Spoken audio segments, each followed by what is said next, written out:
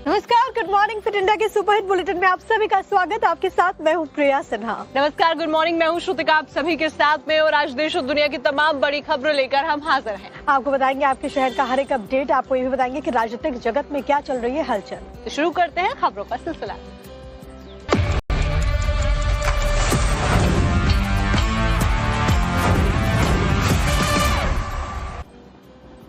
और अगली बड़ी खबर है पंजाब से, जहां पर पाकिस्तान की बड़ी साजिश को नाकाम कर दिया गया है। अमृतसर पुलिस को बड़ी सफलता हासिल हुई है। तो आपको बता दें कि अमृतसर से 690 ग्राम आईईडी बरामद किया गया है। और ये बड़ी सफलता इसलिए भी है क्योंकि यहाँ पर एक बड़ी साजिश रची जा रही थी और उसे अब पुलिस की तरफ से नाकाम कर दिया गया है। अभी तक जो इन्फॉर्मेशन है वो ये कि पंजाब पुलिस के जो स्टेशन हैं वो आतंकियों के निशाने पर थे। और इसके बाद जब इन्वेस्टिगेशन आगे बढ़ती है सूचना के आधार पर, तो पुलिस ने बड़ी कार्रवाई करते हुए 690 ग्राम आईईडी को वक्त रहते पकड़ लिया। तो आपको बता दें कि स्टेशन आतंकियों के निशाने पर थे। एक बड़ी आतंकी साजिश यहाँ रची जा रही थी, लेकिन उसे विफल कर दिया गया है। पंजाब पुलिस की तरफ से आईईडी को बरामद कर लिया गया है और ऐसे में एक सफल ऑपरेशन से बताया जा रहा है। अब देखना होगा कि इससे जुड़े हुए लोगों को लेकर के पुलिस की तरफ से क्या खुलासा किया जाता है, पुलिस की तरफ से क्या जानकारी दी जाती है। लेकिन फिलहाल पंजाब से एक बड़ी खबर सामने आ रही है, जहां पर पाकिस्तान की एक बड़ी साजिश को हमारी पुलिस ने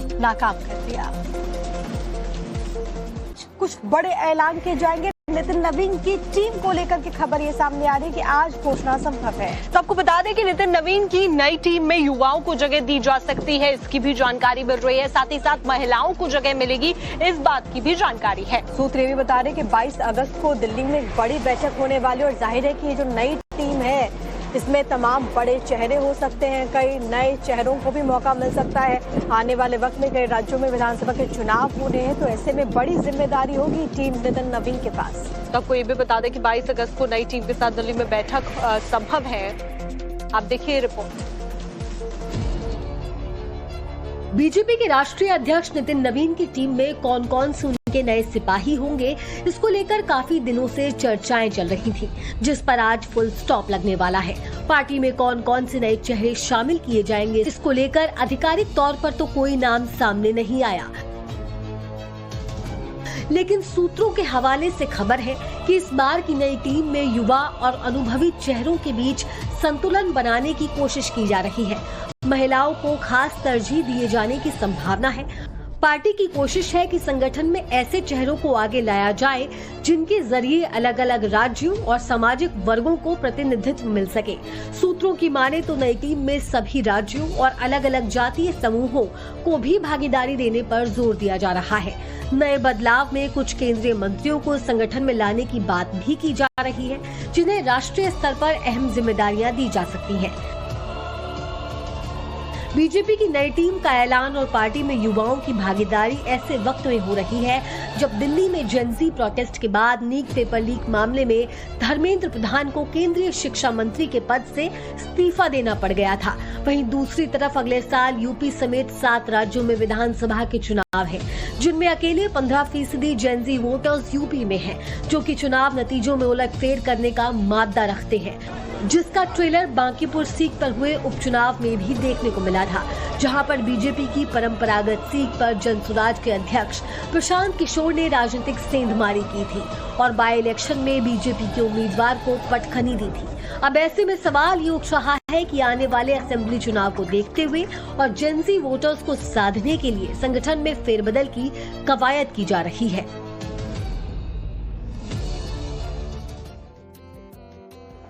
रांची में छात्र आंदोलन से जुड़ी बड़ी खबर आपको बता देते हैं। तो आज छात्रों को सरकार में बातचीत के लिए दोपहर 2 बजे बुलाया है। तो बड़ी खबर है। अब छात्रों के आंदोलन में क्या होने वाला है, क्या ये आंदोलन खत्म होगा, क्या जेएसएससी सीजीएल परीक्षा को रद्द करने की जो मांग कर रहे स्टूडेंट उस पर कोई सहमति बनेगी, क्योंकि इससे पहले भी बैठक हुई, आपको मालूम है कई राउंड की बैठक हो चुकी है।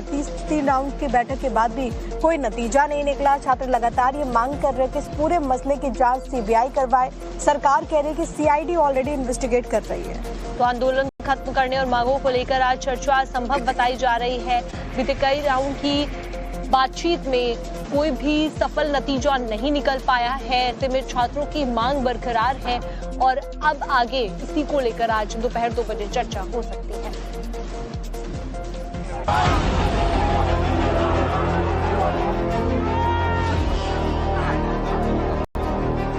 झारखंड के रांची में छात्रों का आंदोलन आज 24वें दिन पहुंच गया है।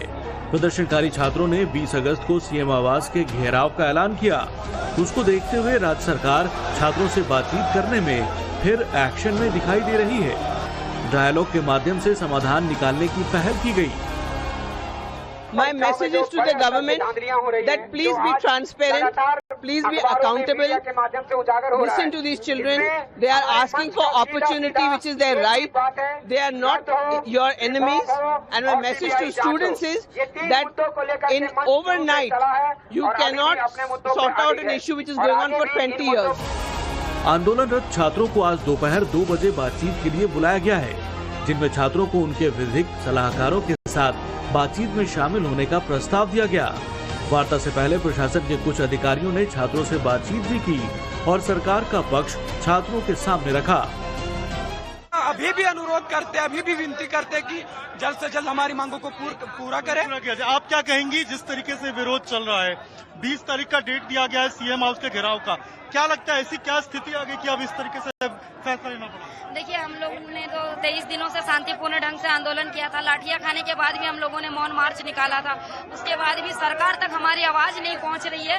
तो कहीं न कहीं ये जो जनाक्रोश दिख रहा होगा, ये सरकार की खामियों का नजर आना, सरकार को अपनी खामियों पे नजर डालना चाहिए कि हम जो बच्चों के साथ वार्ता नहीं कर रहे हैं, उनकी बातों को नहीं सुन रहे हैं। आज अगर बच्चे सड़क पर उनकी मुर्दाबादी का नारा लगा रही है तो उनके जिम्मेदार खुद सरकार है। इससे पहले आंदोलनकारी छात्रों ने रविवार को अपने तय कार्यक्रम के मुताबिक राजधानी रांची समेत राज्य के कई जिलों में सीएम हेमंत सोरेन, लोकसभा में नेता विपक्ष राहुल गांधी और बिहार विधानसभा में नेता विपक्ष तेजस्वी यादव का पुतला फूंका। जेएसएससी, सीजीएल और जेपीएससी रद्द करने की मांग के साथ मामले की सीबीआई जांच की मांग बुलंद की। जो छात्र हैं वो यहाँ पर राहुल गांधी का, इसके साथ ही जो हेमंत सोरेन है झारखंड के मुख्यमंत्री हैं, उनका पुतला और जो तेजस्वी यादव हैं उनका पुतला यहाँ पर दहन किया है। और यहाँ पर एक सांकेतिक जो विरोध है वो यहाँ पर दर्ज कराने की कोशिश की गई है, क्योंकि पिछले 23 दिन से इनका आरोप है कि सरकार पूरी तरीके से इनकी बात नहीं सुन रही है।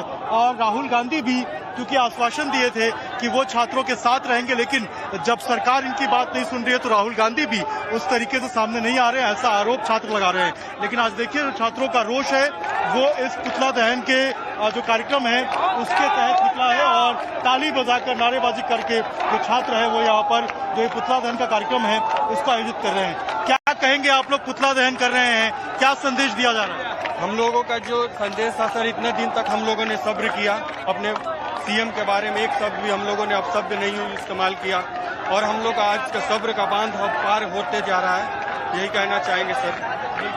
तो इस तरीके से छात्र जो विरोध प्रदर्शन है वो दर्ज कर रहे हैं और पुतला दहन का कार्यक्रम जो है वो यहाँ पर चल रहा है। 2 दिन पहले झारखंड के सीएम हेमंत सोरेन भी स्वतंत्रता दिवस के मौके पर आंदोलनकारी छात्रों से बड़ी अपील कर चुके हैं। मैं आज झारखंड के प्रत्येक युवा से केवल एक ही आग्रह करना चाहता हूं, आपकी मेहनत पर विश्वास बनाए रखिए, आपका परिश्रम व्यर्थ नहीं जाएगा। आपके सपनों की रक्षा करना केवल सरकार की जिम्मेदारी नहीं बल्कि मेरा व्यक्तिगत दायित्व भी है। मैं झारखंड के युवाओं से केवल धैर्य नहीं मांगता, मैं उनका विश्वास भी मांगता हूं और उस विश्वास को बनाए रखना मेरी सरकार की सबसे बड़ी जिम्मेदारी है।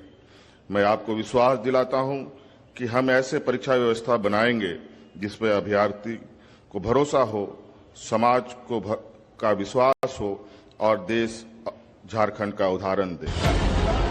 झारखंड में जेपीएससी से जुड़ी मांगों को लेकर चल रहे विरोध प्रदर्शन के बीच राज्य के मंत्री इरफान अंसारी ने बड़ा बयान दिया। उन्होंने दावा किया कि सरकार युवाओं की मांगों को लेकर गंभीर है और प्रदर्शन को समाप्त कराने के लिए लगातार पहल की जा रही है। मंत्री ने उम्मीद जताई कि अगले 1-2 दिनों में सरकार और आंदोलनकारी युवाओं के बीच बातचीत के जरिए समाधान निकल सकता है।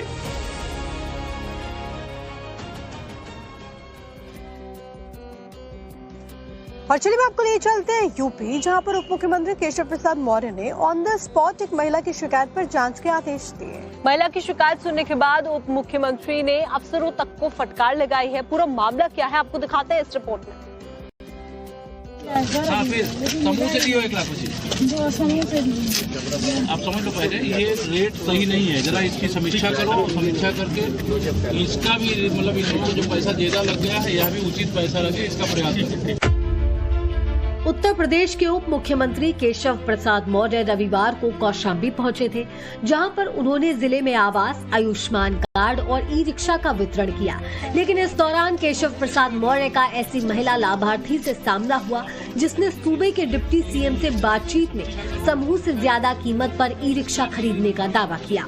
हाँ फिर समूह से दियो 1,25,000 जो समूह से दिए। आप समझ लो पहले ये रेट सही नहीं है, जरा इसकी समीक्षा करो, समीक्षा करके इसका भी मतलब इन लोगों को जो पैसा ज्यादा लग गया है यह भी उचित पैसा लगे, इसका प्रयास करें। महिला लाभार्थी का दावा है कि उसने समूह से 4 लाख रुपए में ई रिक्शा खरीदा था और जब ये बात उन्होंने राज्य के उप मुख्यमंत्री को बताई तब केशव प्रसाद मौर्य ने ऑन स्पॉट सीडीओ को पूरे मामले की जांच के आदेश दे दिए।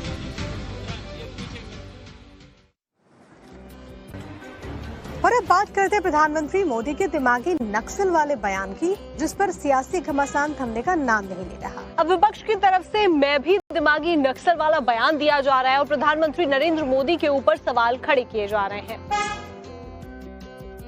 हथियारी नक्सल तो गए, लेकिन दिमागी नक्सल, ये दिमागी नक्सल मौके की तलाश में है, हिंसा अराजकता के वो रास्ते खोज रहे हैं, समाज को गलत राह पर घसीटने के लिए भांति भांति के दांव कर रहे हैं।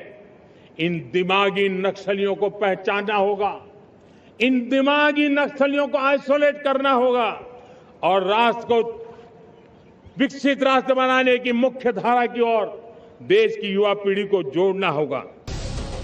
प्रधानमंत्री नरेंद्र मोदी का दिमागी नक्सली वाला ये वही बयान है जो उन्होंने 15 अगस्त यानी स्वतंत्रता दिवस के मौके पर लाल किले की प्राचीर से दिया था, जिसे विपक्ष ने बड़ा राजनीतिक मुद्दा बना दिया और अब इसकी सियासी कैंपेनिंग में जुट गए हैं ताकि इसका पॉलिटिकल माइलेज मिल सके। इसी कड़ी में जम्मू कश्मीर की पूर्व मुख्यमंत्री महबूबा मुफ्ती भी जुड़ गई। सोशल मीडिया पर उन्होंने एक पोस्ट किया जिसमें उन्होंने लिखा कि मैं भी दिमागी नक्सली हूँ क्योंकि मैं भी धारा 370 का समर्थन करती हूँ। बिहार विधानसभा में नेता विपक्ष तेजस्वी यादव भी प्रधानमंत्री नरेंद्र मोदी पर दिमागी नक्सल वाले बयान पर सवाल करते दिखे। तेजस्वी ने कहा कि जो भी आज सरकार से सवाल पूछ रहा है, आज वो सभी दिमागी नक्सल करार दिए जा रहे हैं। जब किसान आंदोलन करे तो किसान खालिस्तानी हो जाता है, अब दिमागी नक्सल हो जाते हैं छात्र, जो न्यू जनजी जिसको बोला जाना है।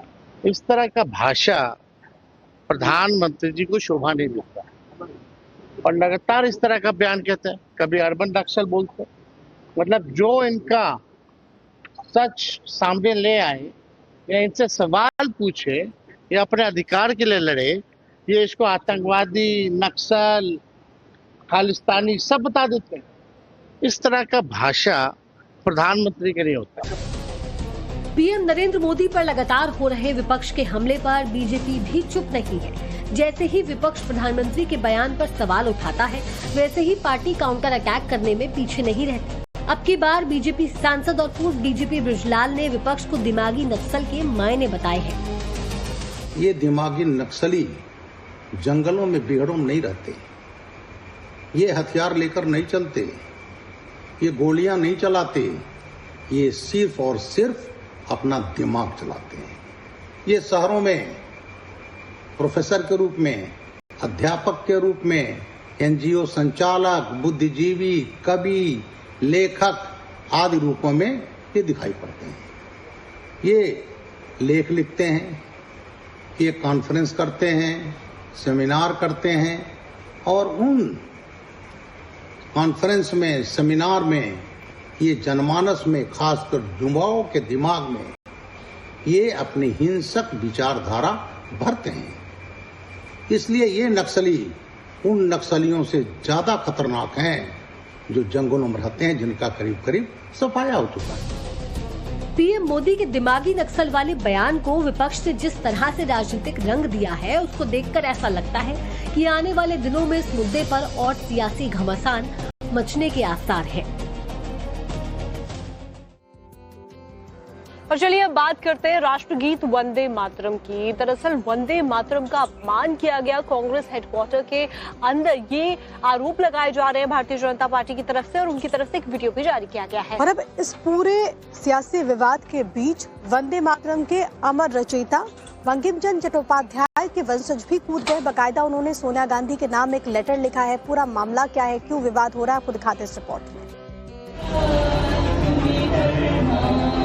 राष्ट्रगीत वंदे मातरम के अपमान का विवाद स्वतंत्रता दिवस के दिन से ही कांग्रेस के साथ जुड़ गया है। बीजेपी की ओर से जो वीडियो जारी किया गया था उसमें दावा किया गया था कि जिस दौरान वंदे मातरम का गायन हो रहा था उस वक्त पार्टी अध्यक्ष मल्लिकार्जुन खड़गे, लोकसभा में नेता विपक्ष राहुल गांधी और सीपीपी लीडर सोनिया गांधी ने वैसा सम्मान राष्ट्रगीत को नहीं दिया था जैसा राष्ट्रगान को दिया जाता है। बीजेपी तो पहले ही इसके खिलाफ मोर्चा खोल चुकी है, लेकिन अब वंदे मातरम की अस्मिता की लड़ाई में इस कालजयी गीत के रचनाकर के वंशज आगे आ गए हैं। बंकिम चंद्र चट्टोपाध्याय के वंशज और बीजेपी विधायक सुमित्रा चटर्जी ने कांग्रेस की वरिष्ठ नेता सोनिया गांधी को पत्र लिखा है, जिसमें उन्होंने कांग्रेस की ओर से देशवासियों से माफी मांगने की मांग की है। लेकिन वंदे मातरम के अपमान के मामले में कांग्रेस को अब जनसुराज का साथ दिखता मिल रहा है। पीके ने इस मुद्दे पर अब सरकार से कार्रवाई करने की मांग कर दी है। जनसुराज के संस्थापक ने कानून का हवाला देते हुए कहा कि अब जब इस पर कानून बन गया है तो सोनिया गांधी पर बयानबाजी करने की वजह सरकार कार्रवाई क्यों नहीं करती। हम लोगों ने जो वीडियो देखा है उसमें वंदे मातरम पूरा गाया गया है। अब बीच में कौन रोक रहा था नहीं रोक रहा था वो तो सरकार को ही जानकारी होगी, उनको पता करना चाहिए। अगर सही में कांग्रेस के लोगों ने गलती की है तब तो बजाबता उस पर सरकार ने कानून बना दिया है। अगर आप अपमान कीजिएगा तो आप पर केस हो जाएगा। तो बयानबाजी करने के बजाय भाजपा को सोनिया गांधी पर केस करना चाहिए। प्रशांत किशोर ने कानून का हवाला देकर सोनिया गांधी का बचाव किया तो इसका जवाब केंद्रीय गृह मंत्री अमित शाह की ओर से भी आया। एक सरकारी कार्यक्रम के मंच से गृह मंत्री शाह ने जवाब भी दिया। सोनिया जी, 140 करोड़ की जनता आपको देख रही है। आपके द्वारा किया गया ये पाप इस देश की जनता कभी माफ नहीं करेगी, कभी माफ नहीं करेगी।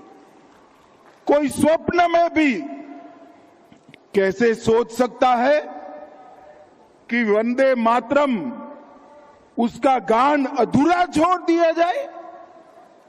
कांग्रेसियों को शर्म आनी चाहिए, और जरा भी शर्म बची है तो दो हाथ जोड़कर बंकिम बाबू की अमर आत्मा से और देश की जनता से माफी मांगनी चाहिए। वंदे मातरम के अपमान की लड़ाई अब पुलिस तक पहुंच गई है। सुप्रीम कोर्ट के एक वकील शुभ शर्मा ने इसको लेकर आईपी एस्टेट थाने में 16 अगस्त यानी रविवार को शिकायत दर्ज कराई है, जिसमें उन्होंने सोनिया गांधी पर वंदे मातरम का अपमान करने का आरोप लगाया है। शिकायतकर्ता ने ये भी कहा कि वंदे मातरम के दौरान सोनिया गांधी ने ऐसे इशारे किए जिससे गीत को आगे जारी रखने पर आपत्ति जताने की बात सामने आती है।